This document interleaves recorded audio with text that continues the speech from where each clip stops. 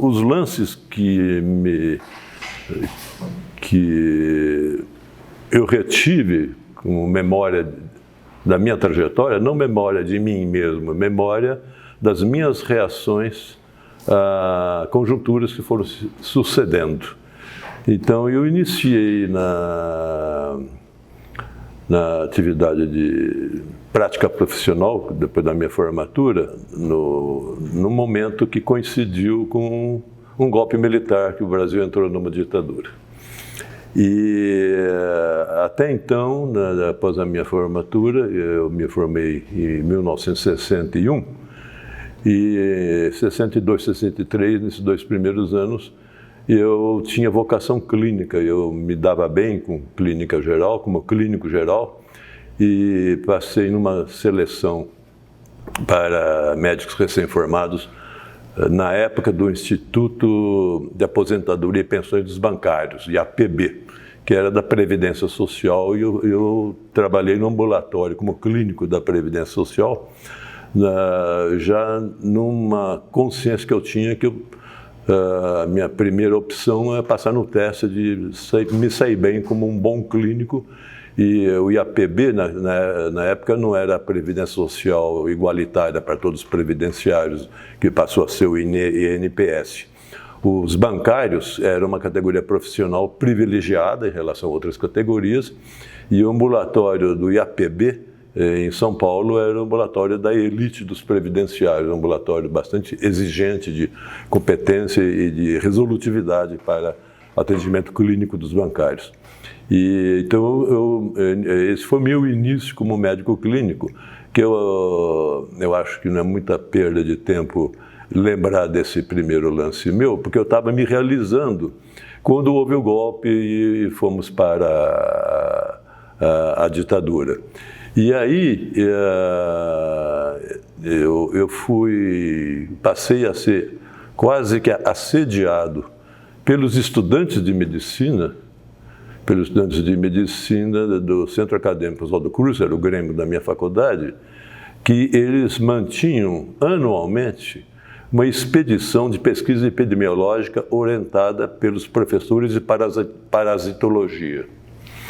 E todo mês de janeiro, que era o mês de férias, os estudantes, através do seu centro acadêmico, conseguiam passagens aéreas, ou passagem de trem, passagem de ônibus, e iam em turmas de entre 20 e 30 alunos, com um orientador, professor de parasitologia, para orientar uma pesquisa em vários locais do Brasil, pesquisas sobre endemias e epidemias, verminoses, doenças transmitidas por insetos, em várias regiões do país. Era uma tradição que era um aprendizado de campo muito respeitado, e todas essas pesquisas eram publicadas em revistas científicas, inclusive.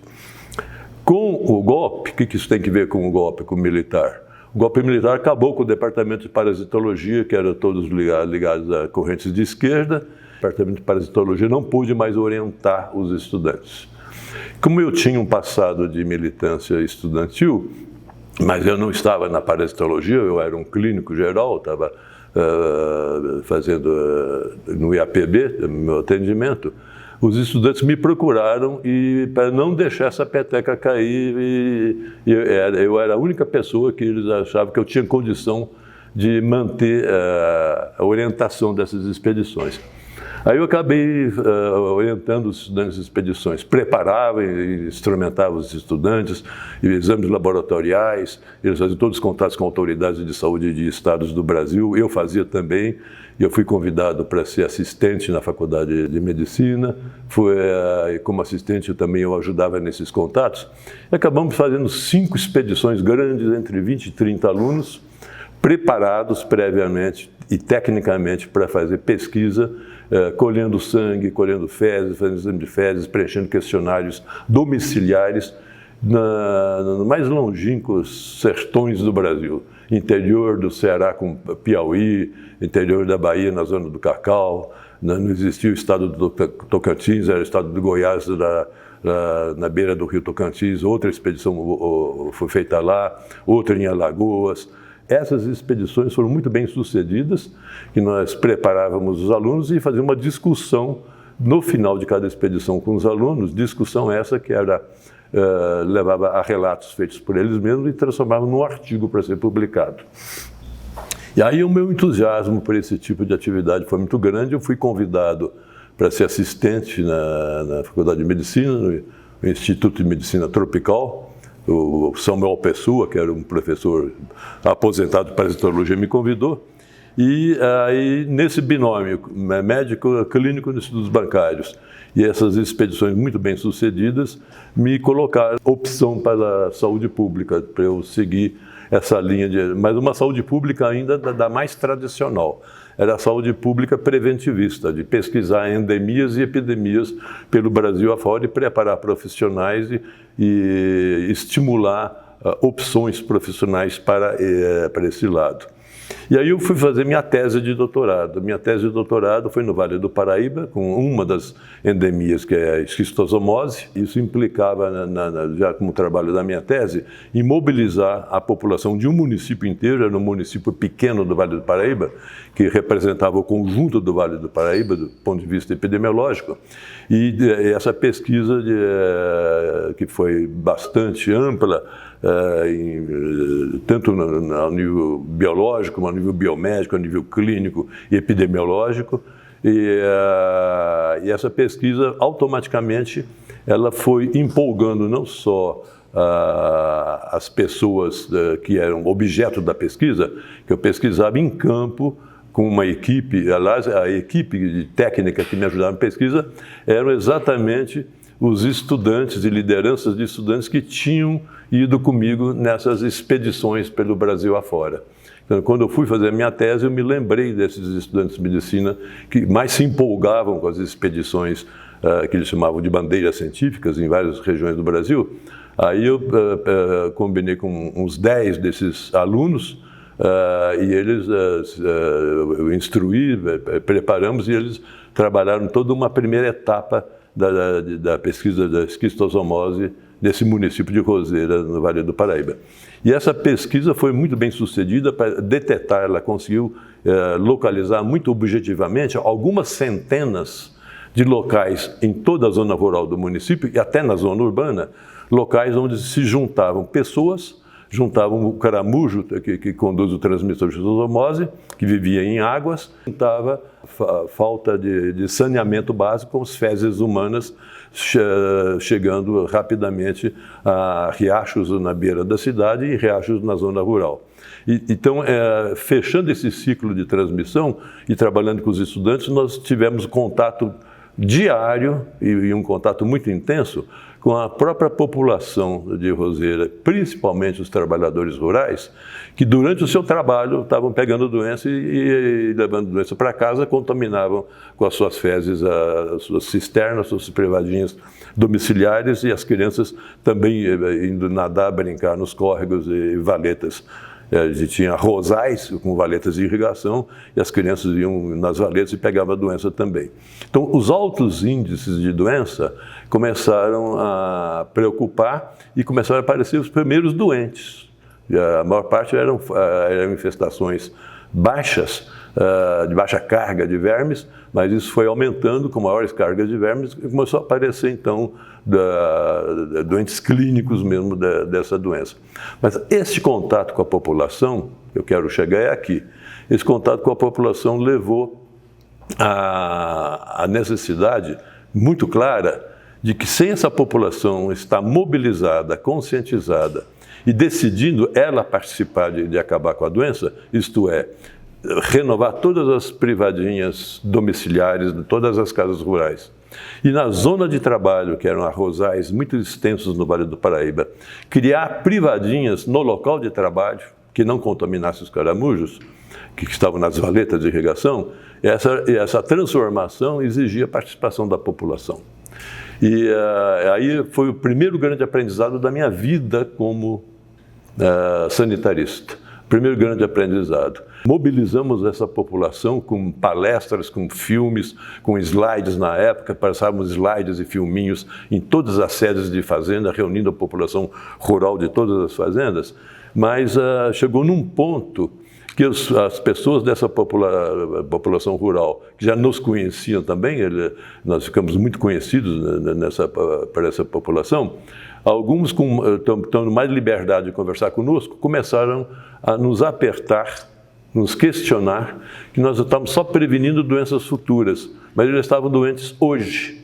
Eles tinham pessoas doentes em casa, sofrendo, morrendo desnecessariamente, idosos abandonados, porque aqueles idosos não podiam mais existir aposentadoria praticamente, as pessoas iam ficando com idade na zona rural, iam ficando em casa parados, adoeciam, precisavam de amparo e não tinham amparo, e eles tinham que vir para a cidade, quase se transformando em mendigos nas cidades.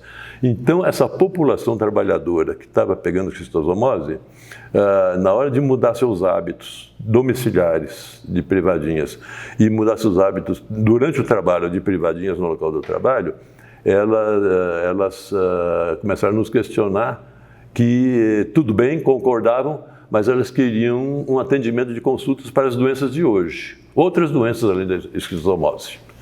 E isso foi uma tipo de pressão crescente, quase que dizendo para nós, eles nunca chegavam a explicitar, mas deixando no ar a dúvida deles não teriam energia, não teriam como se mobilizar para mudanças culturais e de hábitos tão profundas, se eles continuassem tão abandonados e sofrendo tantas doenças de hoje que estavam tendo.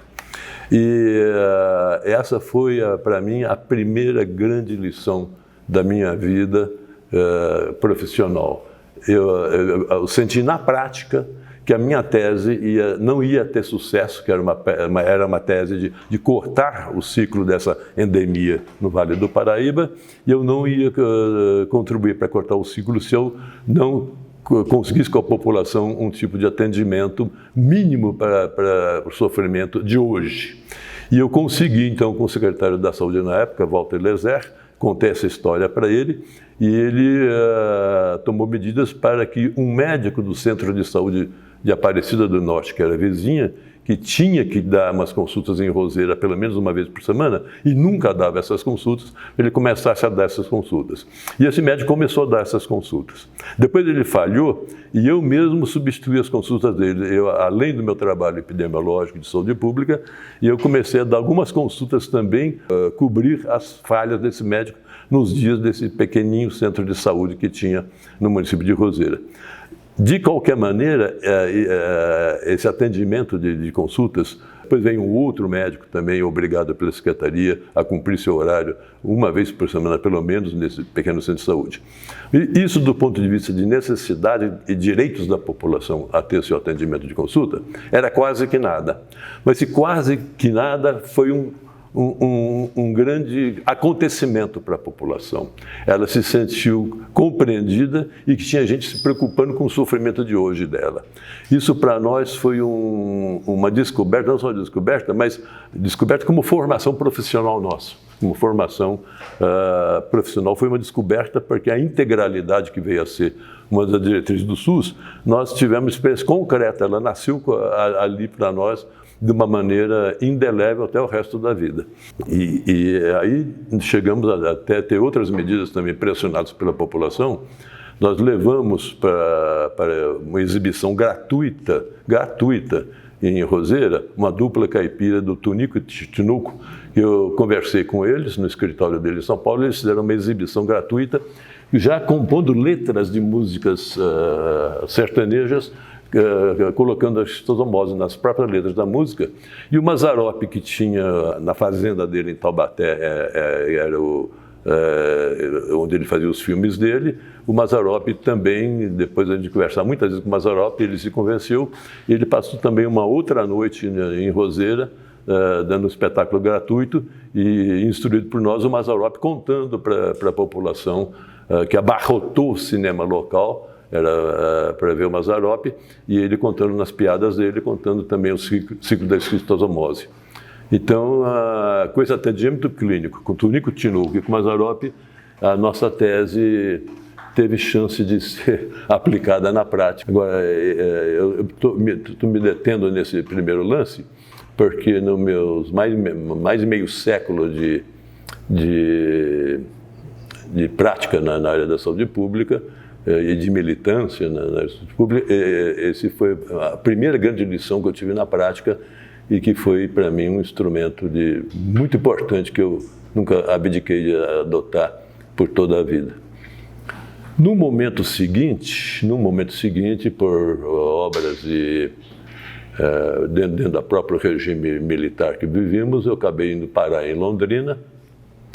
E lá em Londrina, baseado nessa experiência, já como professor da Faculdade de Medicina, da hoje Universidade Estadual de Londrina, a equipe que eu convidei para trabalhar comigo em Londrina já tinha 3 pessoas de São Paulo que tinham essa experiência, inclusive da minha tese em Roseira.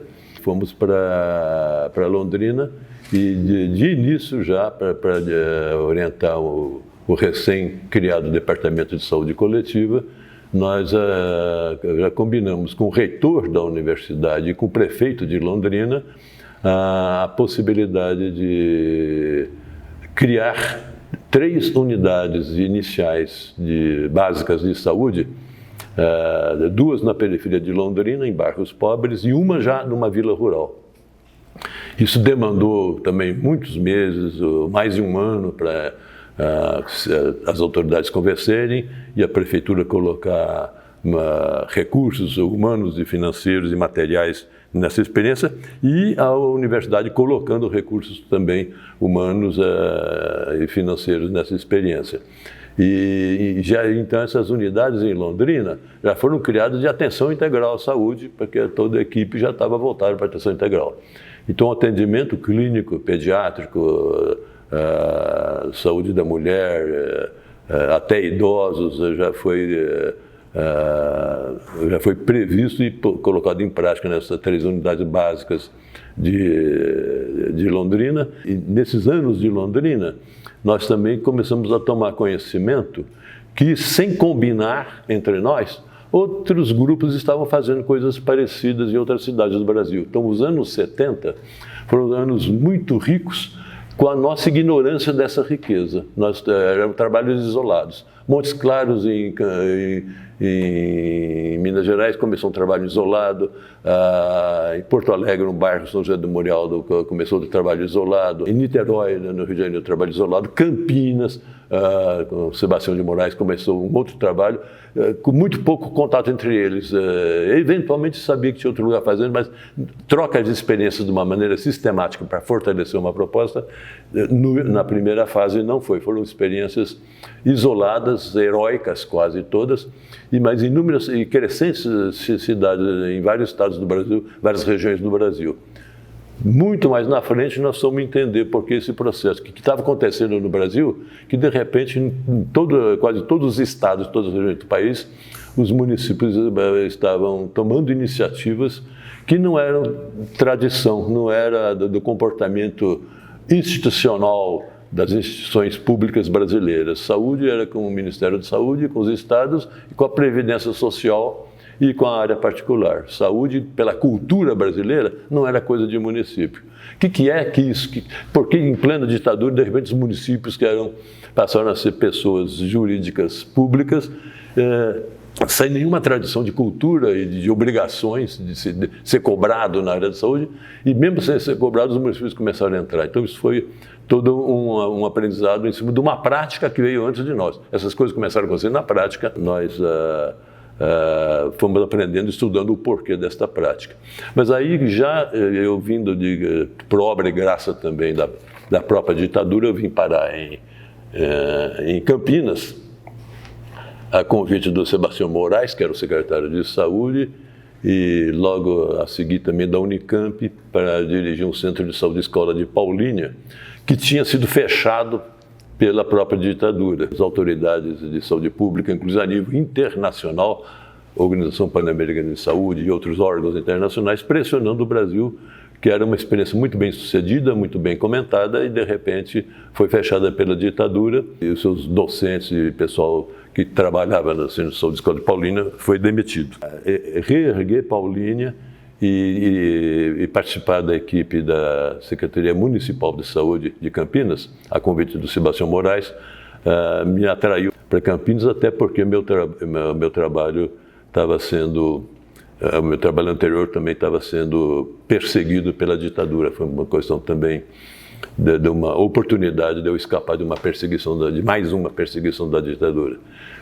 E aí veio meu segundo grande aprendizado, porque essas experiências municipais em saúde, nós não tínhamos a consciência, não tínhamos nem a informação básica necessária do que depois viemos a rotular de pluralismo e diversidade municipal. Não existia, não tinha como existir um patinho de que é atendimento universal, equitativo e de atenção integral. A minha passagem pelo PIAS, o PIAS a Carmen lembrou, esse PIAS, quando eu estive em Brasília, não foi para trabalhar mais num único município. Pronto. Então, retomando, quando eu fui para Brasília... Que ano foi isso? Eu fui para Brasília em 77. E em Brasília, pelo PIAS, eu fui convidado pela Organização Pan-Americana de Saúde, como consultor da organização. Ela me emprestaria ao Ministério da Saúde, porque eu era muito marcado pela ditadura militar e o Ministério da Saúde não tinha condição de me trazer para os quadros dele.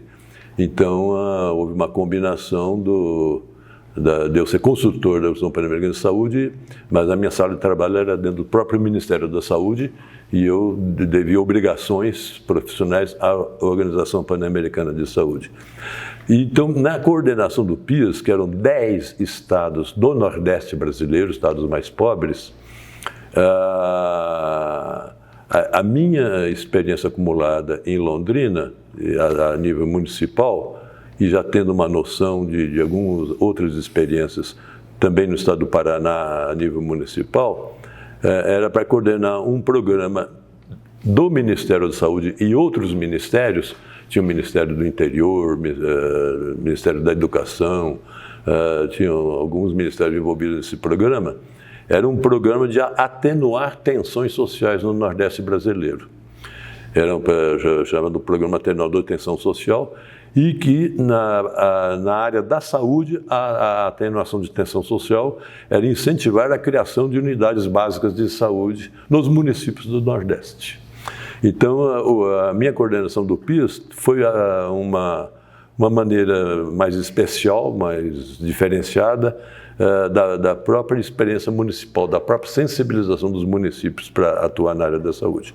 Foi para mim um aprendizado muito rico, porque a própria cultura da população no Nordeste, na época basicamente rural, e aprendi também um passado desenvolvimentista no nosso país, da SUDENE, da antiga SUDENE, Superintendência de Desenvolvimento do Nordeste, com lances muito interessantes antes da ditadura militar, rumo ao desenvolvimento.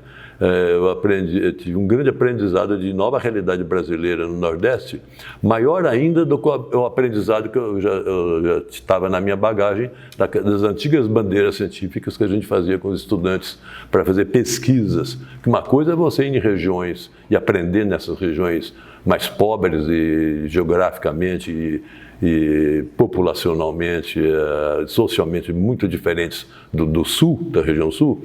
A gente tem um aprendizado como pesquisando doenças, pesquisando realidades sociais.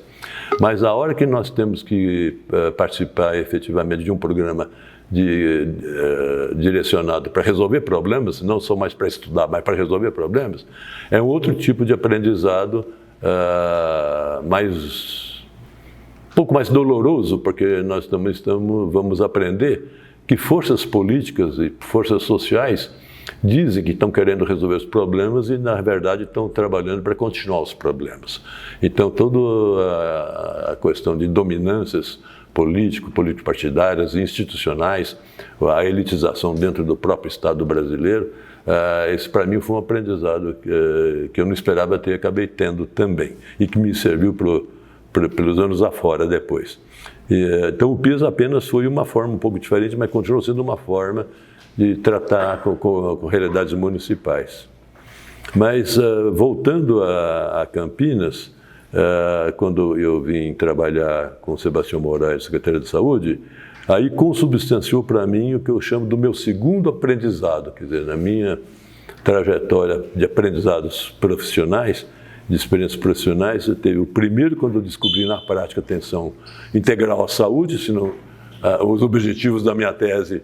Eu ia fazer a tese, como muitas teses, teoricamente é fácil apresentar a tese e ganhar o título de doutor.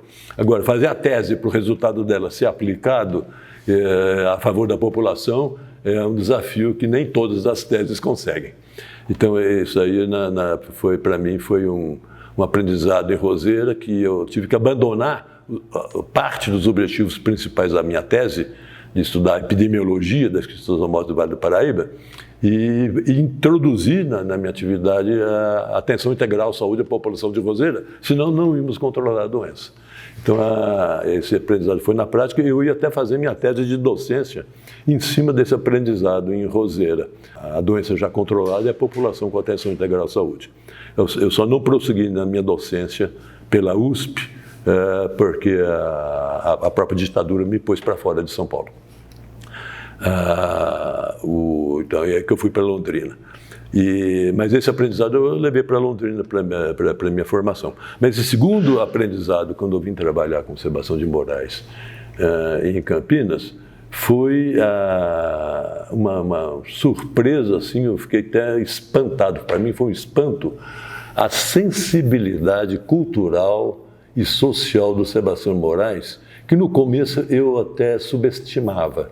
Eu achava que como ele não era sanitarista, não tinha formação de saúde pública, não tinha formação de pesquisa científica na faculdade, ele era mais um bem-intencionado.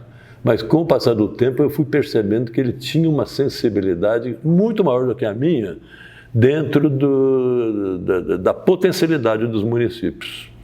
Porque ele respeitava e admirava tanto quanto o próprio trabalho dele na Secretaria Municipal de Campinas, ele respeitava, admirava, se interessava por outras secretarias municipais de outras cidades que ele sabia que estava acontecendo alguma coisa, sem nunca fazer qualquer tipo de reparo, comparando o que ele julgava como sucesso na Secretaria Municipal de Campinas com o que era feito em outros municípios.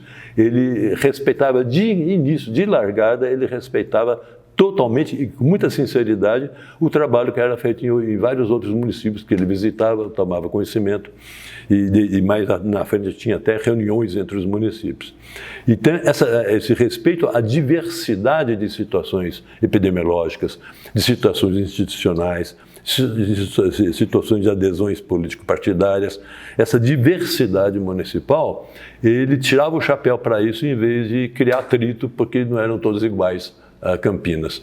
Então, esse reconhecimento da diversidade e respeito à diversidade, em etapas seguintes, passou a ser, então, trabalhado por nós, entendido e finalmente aceito por nós, como até uma necessidade. Onde não se respeita a diversidade, se quer somente uniformidade, começa a marchar para trás. Então, essa sensibilidade do Sebastião Moraes, para mim, que eu me julgava já muito experiente nessas coisas todas, com toda a minha trajetória, foi mais um aprendizado. E o Sebastião, ele era tão claro isso para ele, tão espontâneo, que ele assumia uma diversidade de condutas, de estratégias, de modos de fazer, entre os próprios postos de saúde do município de Campinas. Ele dava liberdade para as equipes, em cada posto, a equipe tomar conta do jeitinho, do perfil que era a equipe, que não era necessariamente igual a que outra equipe estava fazendo em outro posto. E ele fazia reuniões periódicas entre as equipes para troca de experiências. Mas essa troca de experiências, ele até estimulava essa diversidade para enriquecer essas trocas de experiências. Então, essa sensibilidade do Sebastião Moraes, eu fui entender a importância disso, o respeito à acessibilidade, até o desejo por essa diversidade de modos de trabalho entre os próprios postos de uma rede municipal, que hoje, olhando para trás, eu coloco como um segundo grande aprendizado que me foi muito útil para o resto da minha militância na área da saúde. Indo para já um momento seguinte, ainda na Secretaria Municipal de Saúde, eu cumpri nos anos 70 esse trabalho junto à Secretaria Municipal de Saúde de Campinas. Entrei nos anos 80, já saindo da Secretaria Municipal de Campinas, mas continuando já participando do que na época já estava claro, já estava estabelecido, um verdadeiro movimento municipal de saúde. Quer dizer, no país todo, os municípios começaram a assumir crescentemente atividades de saúde com redes periféricas de postos de saúde, a maior parte começando com postinhos muito humildes, muito precários, mas criando uma pressão na população já para investir mais, para esses postinhos serem mais implementados, se contratarem equipes mais eficazes, mais preparadas para isso, as próprias equipes tomando providência para se preparar mais. Intercâmbios intermunicipais começaram a acontecer, encontros municipais de saúde. Campinas sediou um dos primeiros encontros municipais de saúde, onde dezenas e dezenas de municípios, inclusive de outros estados, vieram participar desses encontros. Além do encontro de Campinas, várias outras cidades de porte médio em vários estados sediaram outros encontros municipais de saúde. Então, a entrada dos municípios como um ente do Estado brasileiro na saúde é uma coisa muito surpreendente, porque isso não era da tradição municipal, não era da cultura política, não era da cultura institucional. Mais tarde, nós fomos nos apropriando de conhecimentos e informações que deram alguma explicação sobre esse porquê. E essa alguma explicação eu posso sintetizar hoje rapidamente, é que nos anos 70 houve uma grande pauperização da sociedade brasileira. Nos anos 70 é registrado pelos economistas, pelos estudiosos na área de ciências sociais, ciências econômicas, foi uma década de mais aguda pauperização na população brasileira, a começar de baixo para cima. Da população mais pobre, ficou mais pobre, pela população rural, nas cidades menores. Então, a base da sociedade brasileira de pobreza na zona rural, em cidadezinhas pequenas, de pequeno porte e até de médio porte, mas a grande maioria abaixo de médio porte, sofreu a maior pauperização registrada na história brasileira numa única década. E o motivo disso pode ser resumido numa frase do ministro da Fazenda da ditadura militar na época, que o ministro, pressionado já pela imprensa, mesmo durante a ditadura, um pouco de imprensa, um pouco de pressões sociais que o ministro era pressionado, e a resposta dele era uma frase que ficou famosa, que precisa crescer o bolo para depois dividir.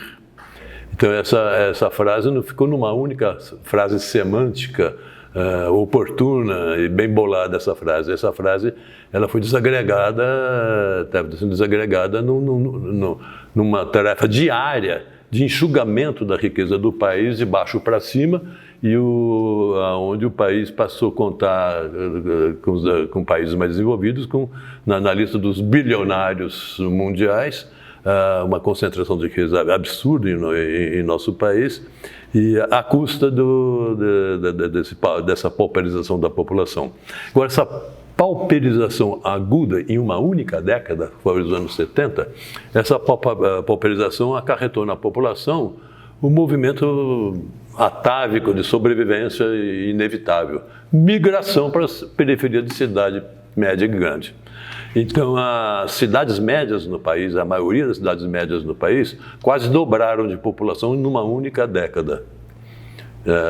Londrina, Campinas, todas as cidades com experiência municipal de saúde fazem parte disso. E numa única década, quase que dobrava a migração. Então, uma migração tão intensa para as cidades médias, além de encharcar cidades médias com pobres desempregados, criou uma tensão social que a própria ditadura não tinha como ela reprimir. Milhares de municípios brasileiros, a ditadura não tinha como fazer contingentes de repressão em milhares de periferias urbanas.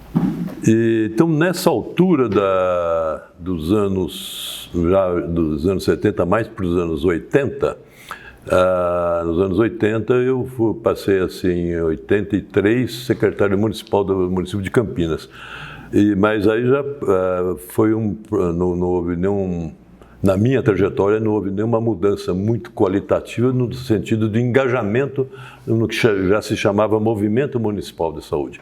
Quando fui convidado pelo Magalhães Teixeira para ser secretário municipal de saúde, já estava claro para todos nós a sucessão de encontros municipais de saúde e que o Brasil portava na sua bagagem política de saúde, que crescia. O Brasil já era portador de um movimento municipal de saúde, uma coisa extremamente nova e inusitada na história da saúde, né, no nosso país. Então, esses encontros municipais de saúde fortaleceram. Não foi só o encontro fechava como finalidade em si mesma. Em cada encontro municipal de saúde se potencializava intensíssimo intercâmbio de experiências de cada município. Os municípios não tiveram oportunidade de trazer para dentro deles experiências administrativas, de gestão epidemiológica, de gestão de diagnóstico de situação, de planejamento de atenção integral à saúde, nem dos estados e nem da União. Os municípios foram gerando, dos estados e União, os municípios, principalmente dos estados, pegavam pequenas experiências acumuladas que individualmente, como pequenas células de experiências acumuladas, agregavam no tecido municipal. Mas esse tecido municipal de várias células que iam se juntavam numa lógica de um sistema de saúde que não era nem o nacional de saúde, nem o estadual de saúde, que não tinham como dar nenhuma herança sistêmica para os municípios. Os municípios foram crescendo, foram implementando um sistema municipal de saúde que teve interligação entre os municípios e com uma facilidade muito grande, aí sim, de transformar em sistemas regionais, sistemas estaduais e sistema nacional de baixo para cima. Eu estou resumindo aqui a história do próprio nascimento do SUS. O SUS foi um sistema de saúde que foi crescendo a partir do movimento municipal numa lógica de atenção integral à saúde, numa lógica de direito universal, não só para previdenciário e nem para pressões liberais, e numa lógica de equidade de direitos humanos. Então, essa lógica que veio a constar nas diretrizes constitucionais, essa lógica já foi sendo construída na prática e testada na prática no movimento municipal. Então, a riqueza desses encontros municipais no final dos anos 70 e durante todos os anos 80 é uma riqueza indescritível, eu diria, na própria história da saúde no mundo inteiro. Mesmo os países que têm sistemas de saúde mais avançados, no norte da Europa, a social-democracia europeia, os estados de bem-estar social no Canadá, nos países europeus, hoje agregando a Espanha e Portugal também. No outro lado do mundo tem o Japão, tem vários países, uma experiência de muitas décadas de sistemas públicos universais de saúde. Eu não tenho informação de que nenhum deles começou através desse fenômeno de agregação municipal, como foi as raízes do SUS no Brasil. Então, eu aqui em Campinas, como secretário municipal de saúde do Magalhães Teixeira, essa consciência, eu estou falando com essas palavras hoje, olhando para trás, mas na época isso estava talvez no meu subconsciente, eu estava achando que bom que seria se fosse, eu não tinha essa visão que eu estou tendo hoje. Apenas nós, no dia a dia, nós participávamos com os instrumentos que nos permitiam enxergar até um palmo na frente, até 2 palmos na frente, que era agregar os municípios, trocar experiências municipais, e ao lado do crescimento da reforma sanitária. Então, nos anos 70, começaram a nascer entidades, aí sim, com origem na universidade e não nas periferias municipais. Com origem nas universidades, nasceu o SEBS, nasceu a Abrasco no final dos anos 70, num movimento espetacular, já muito balizado nos sistemas públicos europeus, principalmente o inglês, e na reforma sanitária italiana, que na época estava dando seus primeiros passos. Então, com base no espelho europeu da social-democracia europeia de sistemas públicos de saúde, a nossa universidade começa a se mobilizar através das medicinas preventivas, depois, numa outra fase, ampliando um pouco além das medicinas preventivas, indo para a área da atenção à criança, nas pediatrias, na atenção à saúde da mulher, as universidades foram ampliando uma adesão a um sistema de saúde à semelhança dos sistemas europeus. E assim nasceu o SEBS em 74 e a Abrasco em 79. E dentro de uma articulação americana que se iniciou aí também. Então, essa também é uma característica brasileira muito interessante. Essa eu vivenciei muito, eu não sei discorrer teoricamente sobre isso, mas eu sou testemunho prático disso, porque eu estava muito aderido ao sistema municipal de saúde. E quando, de um lado, estava evoluindo o SEBS e a Abrasco, do outro lado, estava evoluindo o sistema municipal de saúde, e os municípios já formando associações de secretarias municipais de saúde. Nos estados, aqui era a Associação Sebastião de Moraes, no estado de São Paulo, era uma associação que tinha nomes próprios a maior parte das vezes, e que rapidamente embrionaram a rede dos COSEMs, dos Conselhos Secretários Municipais de Saúde, em cada estado brasileiro, durante os anos 80. Durante os anos 80, todos os estados passaram a ter COSEMs. Então, esse fortalecimento dos municípios e fortes, profundos encontros de intercâmbios municipais, políticos, técnicos, administrativos, de beber um na fonte do outro e se enriquecer em conjunto. Trazer os estados para essa nova proposta, a maioria dos estados brasileiros, a maioria das secretarias estaduais de saúde foram tragadas pelos municípios. As redes estaduais de saúde antigas foram todas municipalizadas e as tarefas básicas da cultura institucional das secretarias estaduais foram rapidamente sendo assumidas com muito mais eficiência e eficácia pelas secretarias municipais de saúde. As imunizações, os pré-natais, e aí já enriquecido com a atenção integral à saúde, que os estados se recusavam a fazer.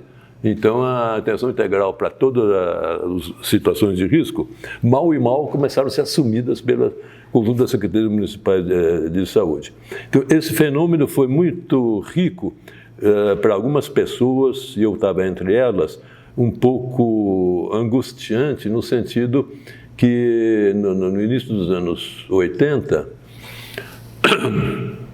a interlocução das secretarias municipais com as entidades da reforma sanitária, SEBS e Abrasco, era uma interlocução muito respeitosa, que sabíamos que eram companheiros, está tudo no mesmo rumo, contra a ditadura e por uma política de saúde democrática, para um sistema popular de saúde, mas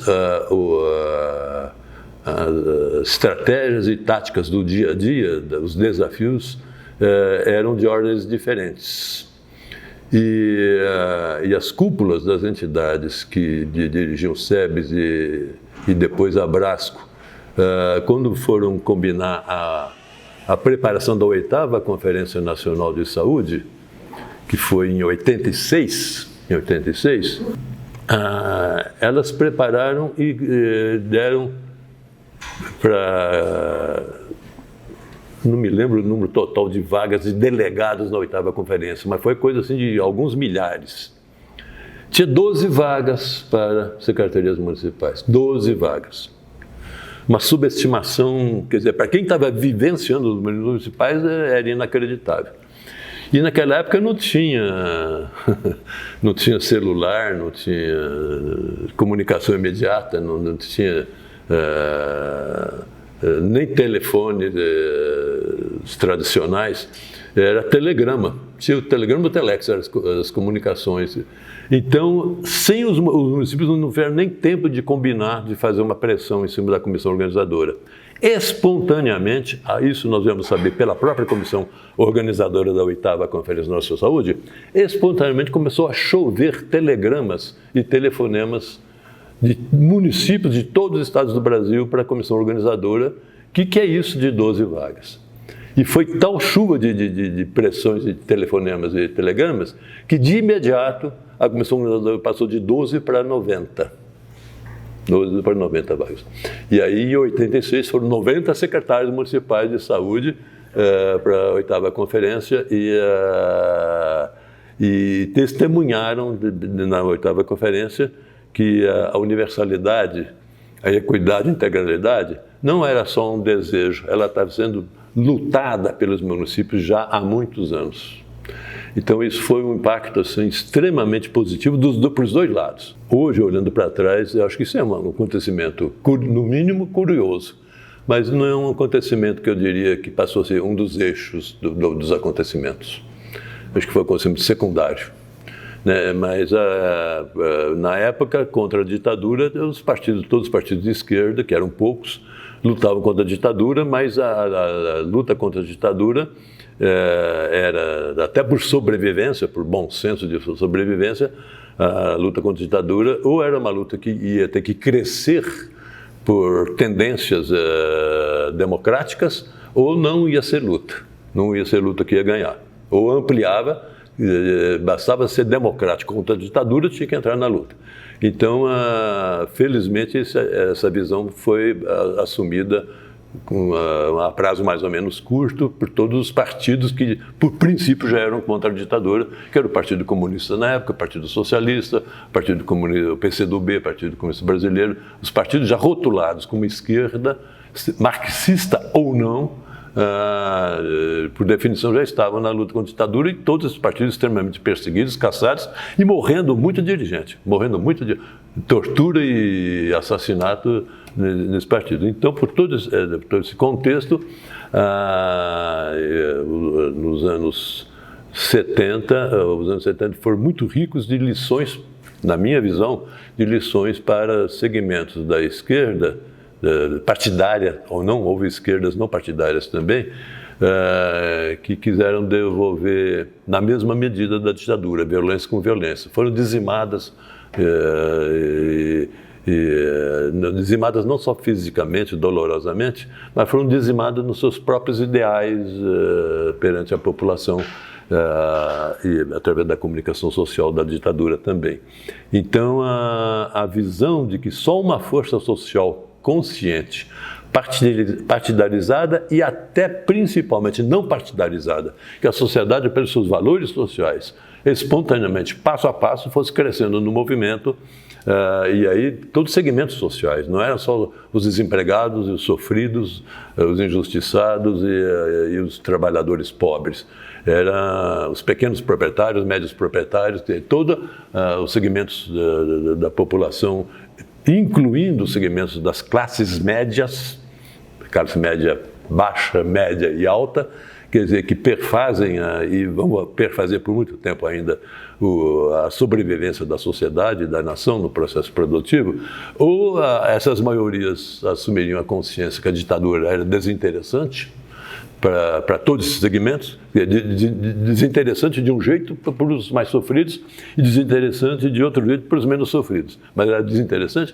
quer dizer, esse crescimento de tornar consciente que o desinteresse e assumir politicamente uma mobilização para acabar a ditadura, esse crescendo foi a estratégia que foi se tornando consciente e foi acontecendo na prática, né? Então, na reforma sanitária, quando se debatia a reforma sanitária, nos primeiros passos, os partidos já instalados, já pré-existentes da esquerda, mais de origem marxista, que foi o PCB, o PCdoB, um pouco o Partido Socialista, a chamada Quarta Internacional dos Trotskistas, que tinha de organização de esquerda, assumiram, era lógico que eles tinham organização e consciência política e foram assumindo com mais ímpeto essa primeira etapa, mas até por sobrevivência eles tiveram que ouvir e debater e absorver espaços crescentes para quem não estava nesses partidos. Movimentos, como o movimento da Igreja Católica, por exemplo, comunidades eclesiais de base, tinha na época uma ala também da Igreja Protestante que era, eu não me lembro, não era pentecostal, não era não sei se era evangélico, depois eu me lembro o nome, tem uma ala da Igreja Protestante que aderiu muito, metodistas, os metodistas aderiram muito com o movimento religioso, e basicamente quem não era nem partidarizado e nem era religioso, nem era de igreja, quer dizer, a população no seu dia a dia. Esse crescendo nesse pluralismo, essa aceitação do pluralismo e essa mobilização crescente do pluralismo foi que acabou com a ditadura, senão não acabava, não. Então, por isso que isso para mim é uma coisa assim, hoje muito lógica que aconteceu e algumas dessas entidades iniciais que, por preciosismo, achavam que a maior verdade estava com elas e que tinham que ficar com as rédeas na mão de algumas instituições, tanto o Partidão como o PCdoB e outros, eles perceberam o erro crasso disso e foram aceitando as novas realidades, né? Não tinha... Bem, voltando então aqui para a evolução do meu testemunho nessa trajetória, já na Política Municipal de Saúde, com a 8ª Conferência, e já a reforma sanitária corporificada, a partir de 86, essa corporificação da reforma sanitária, ela ganhou uma consistência impressionante para quem viveu nessa época. E hoje, para os estudiosos que olham para trás e vão estudar isso, porque quando a prática do movimento municipal de saúde, que já tinha os encontros municipais, os COSEMs já estavam se formando nos anos 80. Quando essa prática se encontrou com a prática política do SEBS e da Brasco e de outras entidades, aí surgiu a ABRES, Ação Brasileira de Economia e Saúde, surgiu outras entidades da reforma sanitária, então as práticas políticas e agregativas dessas entidades com as práticas dos COSEMs deu um conjunto de estratégias já de projetos de sociedade, não há nem mais projetos de saúde.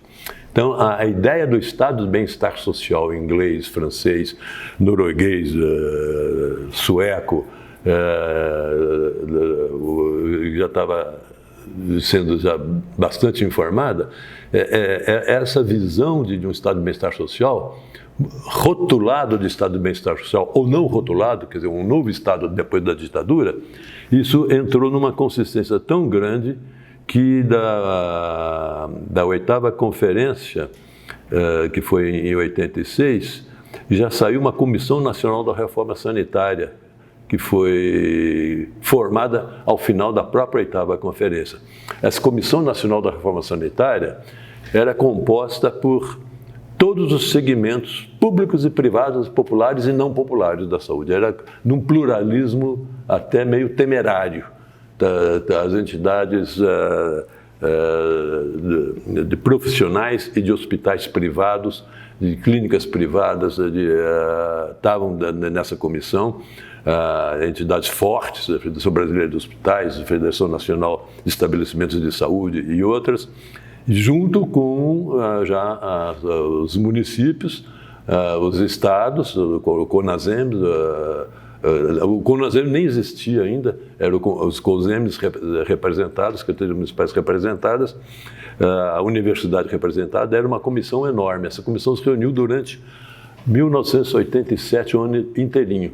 E essa comissão fez um relatório final para os curiosos, interessados, que quiser acessar o relatório final dessa Comissão Nacional de Reforma Sanitária, ela vai encontrar as bases do que é o capítulo da Ordem Social na área da saúde da Constituição da República. Então, foi um trabalho de grande composição entre o público e o privado e de crescimento do público, quer dizer, composição entre o público e o privado, não uma composição só pela composição, no privado tragaria o público porque ele era muito mais forte. Mas era uma composição colocada nas diretrizes constitucionais da universalidade, equidade, integralidade, a descentralização e participação da sociedade. Essa amarração foi uma relação público-privado dentro de um sistema público de saúde de estado de bem-estar, que era o modelo da média europeia. Então, esse foi o resultado da Comissão Nacional da Reforma Sanitária e o resultado da Constituição. Então, esse primeiro lance da política pública de saúde... sim. Você está querendo lembrar do Pró-Assistência? Está lembrando do Pró-Assistência, pelo que eu estou entendendo? Pessoal de Campinas? Não, estou falando do relatório dessa comissão pela reforma sanitária, que depois foi discutir com o pessoal no Senado. Foi? Sim, sim. Tinha muita gente de Campinas que participava disso. Nessa Comissão Nacional da Reforma Sanitária, quem representou os municípios do Brasil foi o Flávio Goulart, que era o secretário de Uberlândia, e eu, secretário de Campinas. Formalmente, nós dois nos relacionávamos com os COSEMs da época, né? E tivemos participação, éramos só dois, mas foi uma participação intensíssima, o Flávio Goulart e eu, junto com o pessoal também dos estados. Mas tem um lance também, quando você falou, eu lembrei do Pró-Assistência. Campinas, como já começou na gestão do Sebastião Moraes com os encontros municipais, e com a minha atuação, e a atuação de toda a militância na Secretaria de Saúde de Campinas, quando eu fui secretário de Saúde, tendo em vista por volta de 84, 85, eu já com 2, 3 anos na Secretaria Municipal, já estava descortinado já o movimento da reforma sanitária. Estava descortinado já que um novo sistema de saúde no Brasil tinha que agregar e submeter os interesses e as tradições isoladas de instituições de saúde. Então, o INAMPS de um lado, Secretarias Estaduais de outro, Ministério da Saúde de outro, Secretarias Municipais de Saúde, essa dispersão, cada instituição municipal, estadual ou nacional, cada instituição por si, a sua finalidade em si mesma, isso foi percebido em Campinas e nós propusemos porque na prática a gente já tinha fazendo contatos, propusemos que o INAMPS de Campinas, o Estado de Campinas, através da Diretoria Regional de Saúde do Estado em Campinas, a Secretaria Municipal de Saúde de Campinas, a PUC, através do seu Hospital Universitário, e a Unicamp, através do Hospital Universitário, essas 5 instituições que navegavam autonomamente, iam começar a discutir um pouquinho de perda de autonomia de cada uma, em nome do quê? De que coisa em comum estava acontecendo isso. Então, esse Pró-Assistência foi uma experiência a nível campineiro, bastante rica. Não chegamos a grandes conclusões em transformamos muito o sistema, mas nós criamos um espaço novo na saúde, que passou a ser crescentemente respeitado, que é o espaço da interinstitucionalidade. É o espaço que ou todas as instituições se entendem numa linguagem comum, em torno desses princípios básicos a favor da população, ou vamos dispersar cada vez mais um pouco o recurso para a população. Então, o Pró-Assistência foi um espaço também institucional de grande aprendizado para nós. E tivemos problemas grandes, o Ronan representava, lembro do Ronan, ele representava o Unicamp. O Ronan recebeu uma ameaça telefônica na casa dele, para ele e para a família dele, para as filhas dele, se ele continuasse no Pró-Assistência, que ele ia se arrepender em relação à família dele. Eu tive uma pedra de granito atirada na janela da sala da minha casa, e telefonema com o mesmo recado. Então, era um terrorismo próprio da ditadura na época. Que hoje temos algumas lembranças disso acontecendo hoje aí, a nível nacional. Mas é a linguagem que os perdedores que conseguiram ter um poder indevido, eles têm reações desse tipo. Então, Pró-Assistência, que não ameaçava ninguém, não tinha nenhuma ameaça, nenhum emprego, nada. Era um desejo puro de as instituições se entenderem para potencializar os seus recursos para a saúde a favor da população. Então, a experiência nos deu muita segurança para a atuação a nível nacional. Então, voltando a nível nacional, essa fase da política pública de saúde que se direcionou à Constituição foi uma fase extremamente rica, promissora, e que, com a aprovação da Constituição, para os estudiosos também na área jurídica, o capítulo a seção saúde do capítulo da ordem social da nossa Constituição, a seção saúde, no que está escrito, na prática, se for tudo para a prática, é mais avançado que todos os sistemas públicos da Europa. Não tem nenhum sistema público da Europa tão avançado quanto o que está escrito na nossa Constituição. Só que eles, na prática deles, a correlação de forças políticas, a relação da sociedade com o Estado, eu pessoalmente estava nessa transição. Eu não vivenciei pessoalmente essa transição esse lado da transição que você está falando, mas eu me lembro que ainda na vigência do Proassistência, nas reuniões era o secretário de Serviço Social, que chamava de Medicina Social. No INAMPES, a Medicina Social é que tratava da coordenação, da direção dos ambulatórios e das internações hospitalares em cada cidade. Eu me lembro que nós chegamos a discutir, debater novos papéis para os ambulatórios da Previdência, que a Previdência tinha ambulatórios de especialidades médicas, que era a porta de entrada. A Previdência não tinha a lógica de um sistema de saúde conforme ao SUS, um sistema universal, como são os sistemas europeus, é a proposta do SUS. A Previdência, a porta de entrada já começava em ambulatório de especialidades, né, que tinha 2 grandes ambulatórios de especialidades no centro da cidade, e os centros de saúde periféricos, municipais, já estavam crescentemente atendendo a população periférica residente nos respectivos bairros dos postos. Então, como tratar, como os ambulatórios irem aos poucos se transformando em ambulatórios de especialidades de referência para encaminhamentos da periferia da rede básica de saúde, essa transição dos ambulatórios previdenciários irem perdendo o seu perfil de porta de entrada e crescendo o perfil de retaguarda dos encaminhamentos da periferia e a população previdenciária se misturando com a população não previdenciária como direito universal à saúde, isso tinha muito, na época, muito jeito de chavão, de desejo, de sonho, mas de realidade a ser transformada com muita dificuldade, até porque tinha setores da categoria médica em Campinas que reagiam muito contra isso. Eu me lembro, eu fui umas 2 vezes na Sociedade de Medicina e Cirurgia fazer esse debate, e tinha reações extremamente violentas, quase indo para o quebra-pau.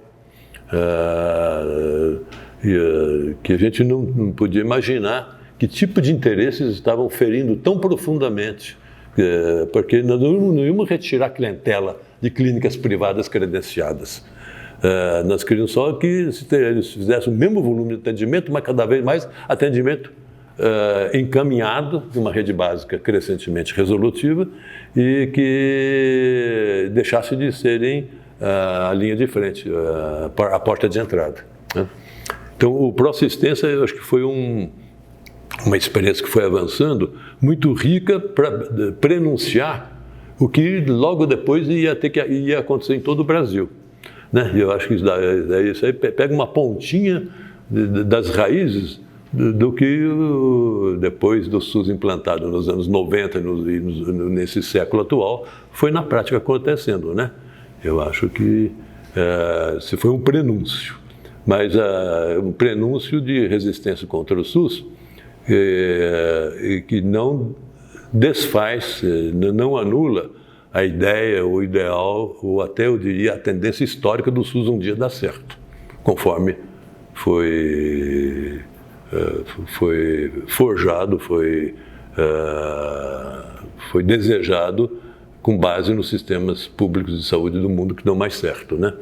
Essa tendência histórica de uma rede básica altamente resolutiva, integral e equitativa,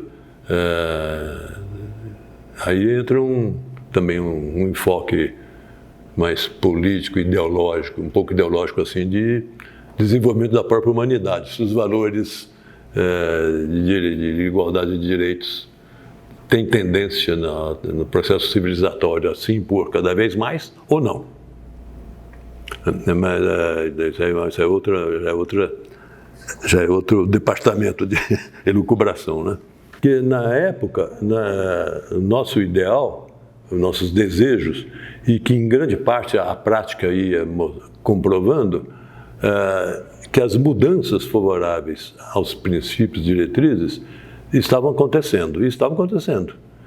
O Proassistência, os primeiros passos de reconhecimento de aquele era o sistema do futuro, que tinha exemplos europeus fortemente contundentes e mostrando que conviviam com o exercício privado da medicina, né? Todos os países europeus têm exercício privado da medicina.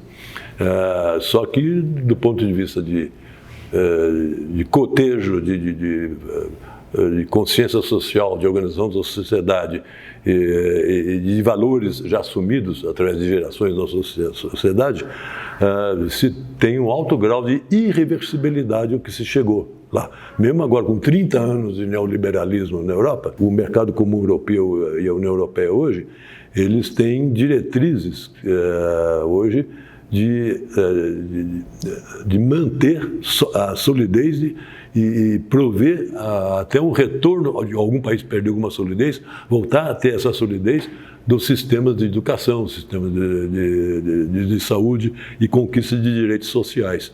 Não da mesma maneira que o Estado de Bem-Estar Social foi concebido e implementado depois da Segunda Guerra Mundial, mas isso é um debate hoje que acontece, ainda mais com a guerra na Ucrânia agora, tem todas as análises acontecendo e mostrando aí o cotejo da União Europeia, o significado da União Europeia em cima do que deu certo após a Segunda Guerra Mundial, que no início foi pressionado pela hegemonia norte-americana contra o antigo mundo socialista, para segurar o avanço do mundo socialista em direção ao oeste, e os americanos criaram a OTAN, aquela coisa toda que está no debate de hoje, né?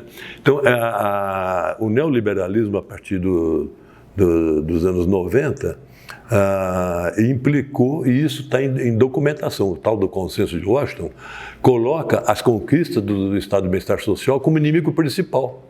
O inimigo principal do consenso de Washington não é o socialismo mais. Eles, a partir de uma visão histórica muito realista do final da experiência socialista da antiga União Soviética. E o inimigo principal é o Estado do Bem-Estar Social. Então, estou entrando já nessa coisa atual, porque quando nós estamos debatendo o pró-assistência e fazendo as primeiras experiências aqui, quais os próximos passos, e da nossa experiência no pró-assistência e algumas experiências similares em outros locais do país, quando isso foi para a discussão nacional, na Comissão Nacional da Reforma Sanitária, em 1987, esses avanços estavam assumidos como avanços concretos acontecendo e que iriam continuar acontecendo. Né? Queriam continuar acontecendo. E quando a Constituição levou esses avanços para o debate e aprovou esses avanços no debate, todos nós estávamos achando que a Constituição ia ser implementada do jeitinho que foi aprovado, pouco a pouco, passo a passo, mas que ia ser implementada. O que nenhum de nós previa, eu sou um dos que não previa, é que a não implementação da Constituição estava com data marcada para o final dos anos 90.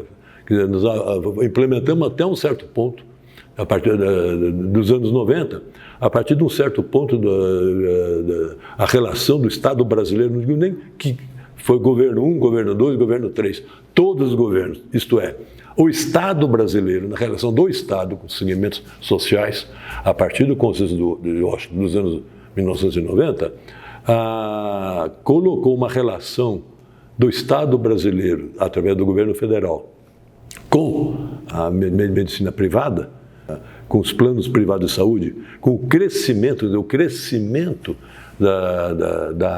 dos planos privados de saúde e associações nacionais dos planos privados de saúde, foi um crescimento assumido pelo Estado desde o começo.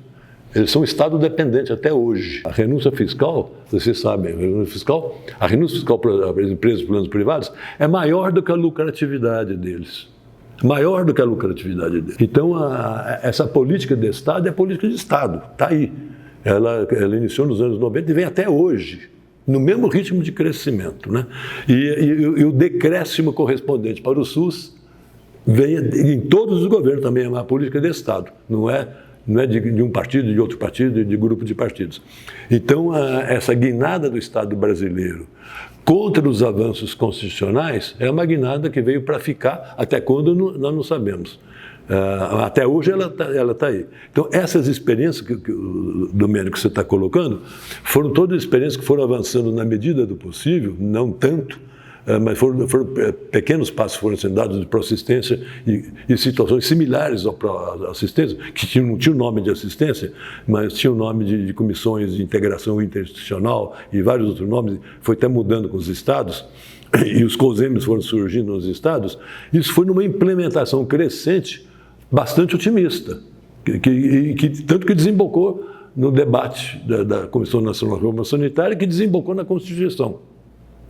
O que não estava previsto, muito menos desejado, é que logo depois da Constituição, uma outra estratégia planetária do Consenso de Washington, numa coincidência cronológica impressionante, a Constituição foi aprovada para ser implementada a partir de 1990. Ela foi implantada em 88. Não por acaso, em 89, houve uma prorrogação do mandato presidencial. Tem estudos comprovando que essa prorrogação do mandato do Sarney, em 89, teve que ver com essa outra estratégia de reversão das conquistas constitucionais, né?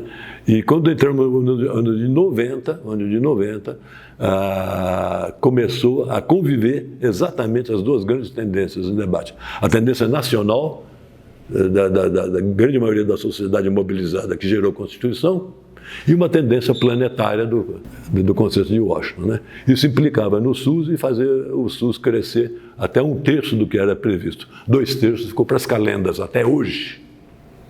Até hoje, né? Isso é comprovado numericamente em tudo.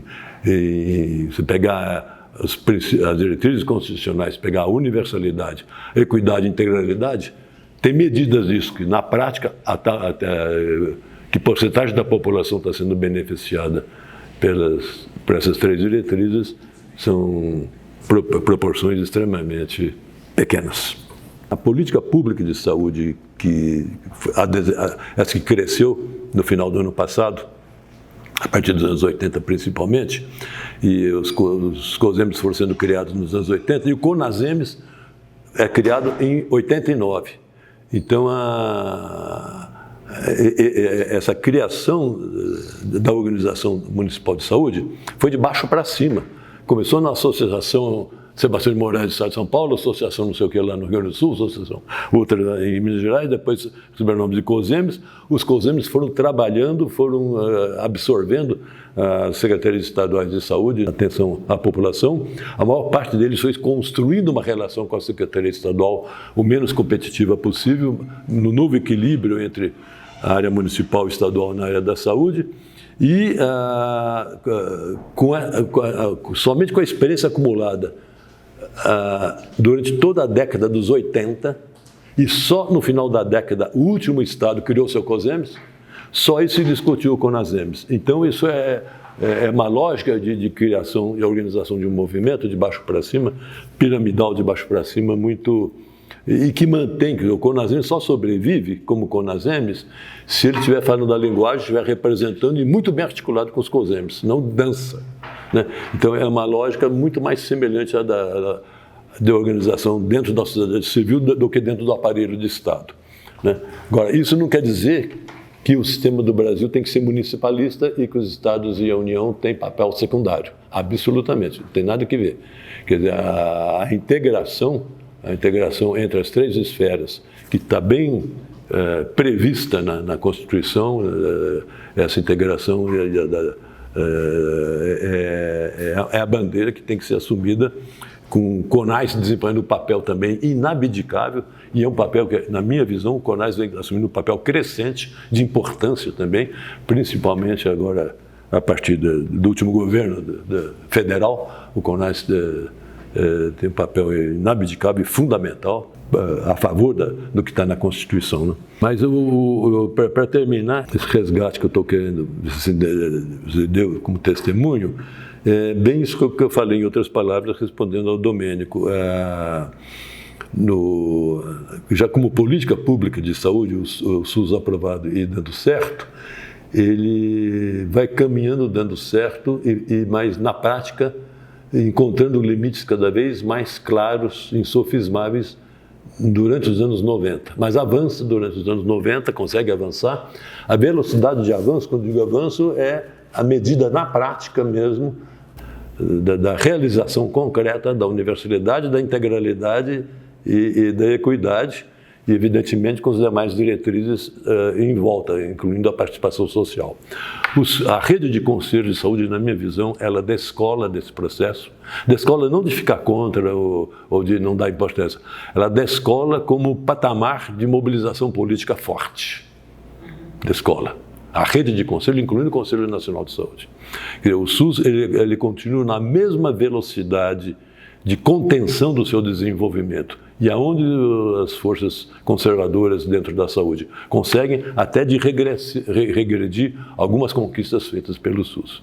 Então, em nenhuma dessas contenções de avanço do SUS e nenhuma das regressões impingidas pelos interesses conservadores, nenhum foi neutralizado pela rede de conselhos de saúde, que pressupostamente, segundo os debates constitucionais, estaria mobilizando a sociedade, porque conselho de saúde em si não é uma força política, mas o seu potencial mobilizador da sociedade, à guisa do que a sociedade foi mobilizada nos anos 80, para acontecer a Constituição, os conselhos não produziram. Esse é um debate para a área das ciências sociais, das ciências humanas, até da antropologia, eu imagino, que é um debate que, para mim, eu não tenho cultura, não tenho formação para... Mas eu sei que está aí esse debate, porque, pressupostamente, os conselhos organizados, eles teriam que assumir para a sociedade e pela sociedade o que a própria sociedade fez por ela nos anos 80, que sem conselhos de saúde emplacou o SUS na Constituição. Que a sociedade, com uma organização social crescente de mobilização de segmentos sociais, não só dos usuários do SUS, das populações deserdadas de atenção integral à saúde, mas de profissionais de saúde, da área pública de saúde, da intelectualidade, essa mobilização que fez o leque social, que aprovou a Constituição, essa mobilização foi potente para aprovar a Constituição, senão não teria aprovado. E os conselhos, no mínimo, deveriam esperar que eles pudessem estar potencializando ou, no mínimo, reproduzindo essa... E a rede de conselhos não conseguiu fazer isso. As derrotas que o SUS foi tendo, principalmente a partir da segunda metade dos anos 90, e continuaram na mesma intensidade, na mesma eficácia de impedir o sucesso do SUS até hoje, até o dia de hoje. Foram a rede de conselho de saúde, por mais bem intencionada que seja, e é bem intencionada, é a favor do SUS, todos nós testemunhamos isso, ela não conseguiu resgatar, recriar as mobilizações, as forças sociais e políticas a favor do SUS. Essas duas fases, para mim, estão muito claras. A partir de um certo momento, houve uma transição de vários anos, mas a partir do segundo quinquênio dos anos 90 e ganhando corpo cada vez mais, nesse século todinho, se organizou um sistema de saúde paralelo, um mix, chamado mix público-privado, com o Estado sustentando o mercado de saúde deslavadamente. E aí o mercado de saúde, não só da prestação de serviços dos planos privados, a indústria de medicamentos, a indústria de equipamentos, e as porcentagens de diagnóstico e terapias desnecessários, continuou do tempo da ditadura. No tempo da ditadura, né? Você entra qualquer ambulatório de especialidades, hoje não temos mais INAMPs, mas temos os ambulatórios de especialidade SUS, fosse das porcentagens de atendimentos desnecessários se a atenção básica tivesse dado conta, são as mesmas porcentagens de antes. Né? Então, só a universalidade aconteceu. Todo mundo atende, não tem porta fechada para ninguém. Mas tem esperas de 6 meses, 7 meses, esperas de 2 anos, dependendo da especialidade. Então, a universalidade é uma conquista que está aí dada, mas a mudança de sistema que só a integralidade e a equidade sinalizam está estancada. E agora essa é outra discussão que o mundo hoje, a própria globalização traz essa questão do que está acontecendo no mundo. Olhar só para o Brasil para saber o que vai acontecer no Brasil hoje e futuramente é inconsistente. Ninguém faz mais isso. Tem que olhar o que está acontecendo no mundo, né? Portugal e Espanha saíram de duas ditaduras mais ferozes do que a nossa, mais ferozes que a nossa, estão com a social-democracia implantando. Vamos olhar os sistemas de público de saúde deles, estão capengando, mas duras penas eles estão muito na frente do nosso, né? Com duas ditaduras que quase conviveram com a nossa e que acabaram perto da nossa, e piores, mais destrutivas que a nossa, né? Mas eles estão na Europa, né? Então, e o mercado comum europeu está nivelando por cima, que tem esses fenômenos acontecendo aí a nível planetário, e agora com a pandemia tem mais prospecções, né? Mudou muitas prospecções pós-pandemia, que está acontecendo, a guerra da Ucrânia e a pandemia coincidiram, né? Uma veio potencializar a outra, em termos de bagunçar as previsões e tendências mundiais. Se a globalização estava dando alguns sinais de mudança, não de acabar a globalização e voltar às nacionalidades, isso parece que está cortado, mas que nova globalização, que mudanças qualitativas importantes podem estar acontecendo na globalização, para pior ou para melhor. Essa questão foi precipitada, está sendo precipitada pela pandemia e pela Ucrânia. Então, acho que nenhum de nós aqui tem condição de bola de cristal de ver, mas isso está colocado na nossa frente agora, não dá mais para as análises que a gente estava fazendo de perspectivas do SUS, perspectiva do SUS até a véspera da eleição presidencial, né, até o Temer. Essas análises, os parâmetros dessas análises mudaram todos. Acho que estamos aí tendo que reconstruir parâmetros de análise, de avaliação, de perspectivas. Para mim, a única perspectiva que continua aí sim, né, processo civilizatório e humanidade. Aí nós temos parâmetros mais confiáveis. Raciocinar de 3 décadas para trás e de 3 décadas para frente está muito complicado, mas se raciocinar de 3 séculos para trás, 3 séculos para frente fica mais... Né? De 3.000 anos para trás, 3.000 anos para frente... Aí nós temos dados antropológicos e paleontológicos espetaculares a nosso favor.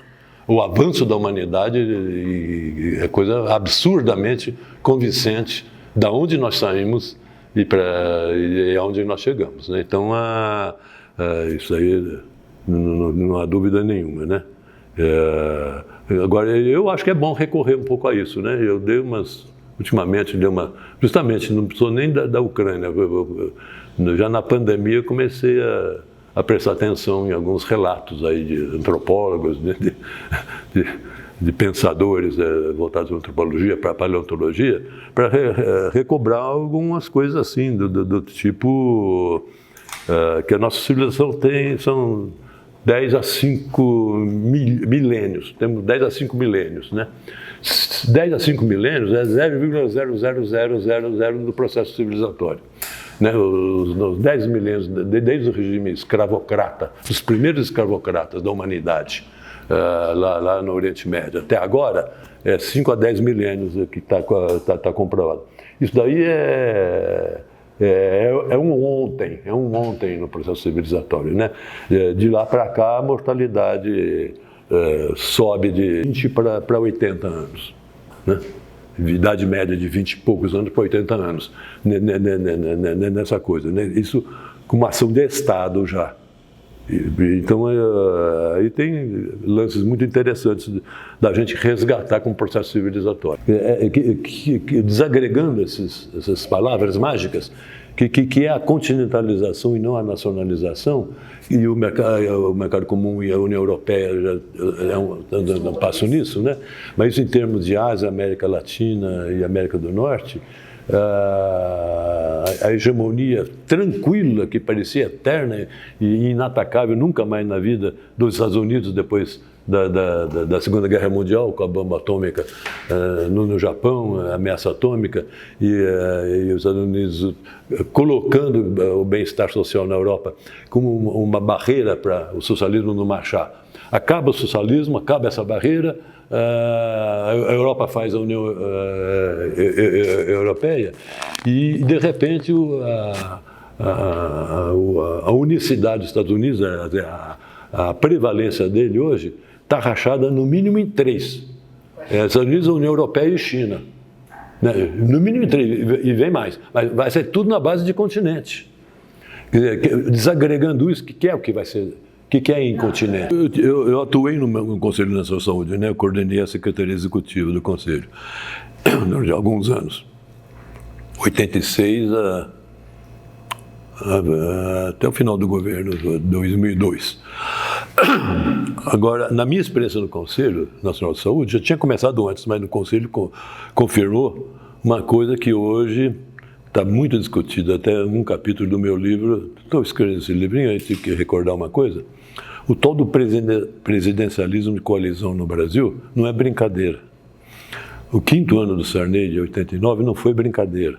Ali se arquitetou com muita competência, não só nacional, mas internacional, de grandes auditorias, de grandes diretrizes internacionais da globalização, de 89 se preparou o que ia acontecer no Brasil. Então, para a área da saúde, para não ficar rebolando em outras coisas fora da área da saúde, mas só na área da saúde foi definido que o Estado brasileiro, aprovada a Constituição, o Estado brasileiro ia assumir o crescimento dos planos privados de saúde, que naquela época estavam no comecinho, eram precaríssimos. Tinha a Abrangeção Brasileira de Medicina de Grupo, com 2 ou 3 empresas no ABC de São Paulo e 2 ou 3 empresas no Rio de Janeiro. Sancil, não sei o que, estava engatinhando. E o grosso do interesse privado que foi implementado na ditadura também foi o INAMPES, os antigos institutos, depois do INAMPES, saírem de serviços próprios e comprarem serviços privados no mercado de saúde e criaram durante a ditadura o setor privado de saúde fortíssimo no Brasil. De hospitalização, de exames laboratoriais, diagnósticos e a indústria farmacêutica, etc. Então, o INAMPES foi o motor da implementação de compra pelo Estado e não pelo mercado, compra pelo Estado para oferecer para os previdenciários. Então, o Estado teve esse papel de privatização já durante a ditadura, tinha começado até antes, mas a ditadura veio com tudo e deu isso. Como se não bastasse, além de criar toda uma rede de hospitais e laboratórios privados construídos por empréstimos da Caixa Econômica Federal, no dia seguinte da inauguração, conveniados pelo INAMPES, ser privado assim, até eu, né?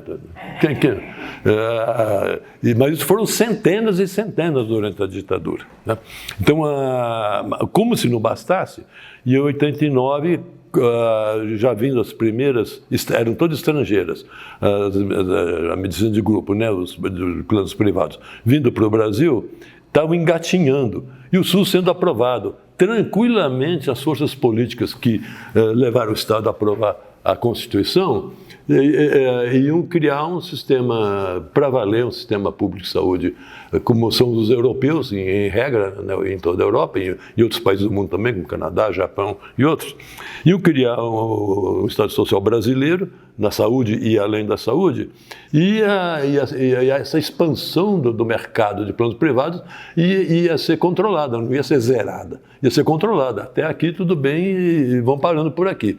Como é feito na Europa. A Europa, 80% a 90% da população continua nos sistemas públicos. Tem os planos privados de saúde em toda a Europa, mas num cotejo com o interesse público que os próprios Estados europeus segurando. Então, o que foi urdido no Brasil foi uma coisa que chegou ao detalhe de 89, entrando já nos anos 90, para pôr em prática, ao detalhe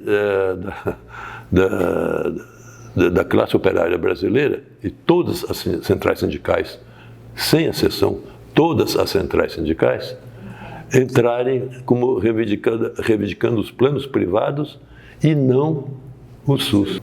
Em 89 foi urdido isso. A partir de 90, o Estado, com Collor de Mello e todos os presidentes, sem nenhuma exceção.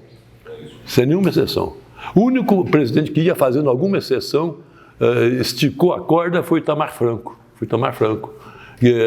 mas ele acabou sendo pressionado pela área da Fazenda e o ministro se demitiu, pediu demissão. Era o Jamil Haddad. Então, assim como o Jatene pediu demissão também depois, por causa das pancadas do próprio Estado brasileiro em cima do SUS. Mas, então, essa coisa no Conselho Nacional, eu quando coordenei a Secretaria Executiva, eu comecei a ter alguns acessos a informação e foi uma coisa assim, para mim, muito deprimente, mas que eu e vários outros militantes do SUS, mas a gente estava amarrado, a gente não podia abrir a boca porque ia ser todo mundo demitido e as coisas iam ficar mais fáceis. Mas ficou muito claro que as próprias representações das centrais sindicais no Conselho Nacional de Saúde, estavam todas representadas lá, como estão representados também nas federações estaduais de trabalhadores, estão representadas nos Conselhos Estaduais de Saúde também. Todas as entidades, essas representações trabalhistas, trabalhadores nos Conselhos de Saúde, em todos os níveis, estão ordenadas pelas categorias a defender o SUS, no dia da reunião do Conselho. Fora isso, é na Justiça do Trabalho, onde se discute a atualização dos planos privados. A reivindicação de saúde é toda na Justiça do Trabalho, que anualmente faz o dissídio público. Então, a força do movimento do trabalhador brasileiro é dissídio público anual para melhorar os seus planos de saúde. Né? E agora vai mensalmente nas reuniões dos conselhos apoiar o SUS. E de vez em quando faz uma passeata a favor do SUS também, quando o Conselho decide. Então, isso para mim ficou muito claro, isso é um dos elementos do chamado presidencialismo de coalizão, aonde foi urdida toda uma estratégia de transformar o Legislativo nisso que ele é hoje, é um cartel. O Legislativo é um cartel. Cartelizou o Legislativo com o Executivo. Né? Há uma cartelização. Grandes empresas privadas, é um tripé, grandes empresas privadas, o Executivo, através principalmente da Fazenda, e o Legislativo, que é o Centrão. Essa é uma cartelização, um tripé de cartelização que está nesses 33 anos. Todos os partidos, todas as coligações engoliram. Então, esse é um fenômeno da globalização, de uma estratégia da globalização para o Brasil, e o SUS é testemunha disso. Isso não quer dizer que vamos desistir do SUS, mas nós estamos diante de inimigos dos direitos sociais muito maiores do que a gente pensava. Nós éramos muito ingênuos. Com a vitória da Constituição, com aquela esplendorosa vitória da Constituição, nós pecamos por uma ingenuidade samaritana, né, de acreditar. Não, mas o financiamento do SUS não existe porque a altura, o financiamento do SUS foi cortado a 1/3. A previsão constitucional era o triplo do que é hoje da parte federal. Foi cortado a 1/3. Os outros 2/3 tá aliviando os planos privados. A renúncia fiscal aos planos privados devia estar no SUS. A renúncia dos planos privados é maior que o lucro líquido declarado no Ministério da Fazenda. Toda empresa dos planos privados, são centenas de empresas, todas elas cresceram nesses 30 no pós-SUS. As empresas dos planos privados cresceram no pós-SUS, né? Estimuladas pelo governo federal. Então, essa é o cotejo de hoje. Então, a nossa equidade e a nossa integralidade parou no limite que não se consegue ultrapassar. Não se consegue ultrapassar. E para mim, essa ficha caiu quando eu estava no Conselho Nacional de Saúde, porque aí eu vinha saber, conversando nas entrelinhas e com o segundo, terceiro escalão das centrais sindicais, o porquê que essa discussão nunca viria para o Conselho Nacional de Saúde. E nem para nenhum Conselho Estadual de Saúde. Tampouco para o Conselho Municipal. Então, aí a gente tem que raciocinar com Estado e sociedade. Estado brasileiro e sociedade. Se for raciocinar com partido e coligação partidária, nós vamos nos destripar entre nós e vamos fazer a vontade deles que estão lá em cima. Eu acho que não é esse governo, aquele governo. Aí vamos pegar no atacado que o varejo está triturando. Quando a gente vai no atacado, para mim fez um benefício, na minha idade,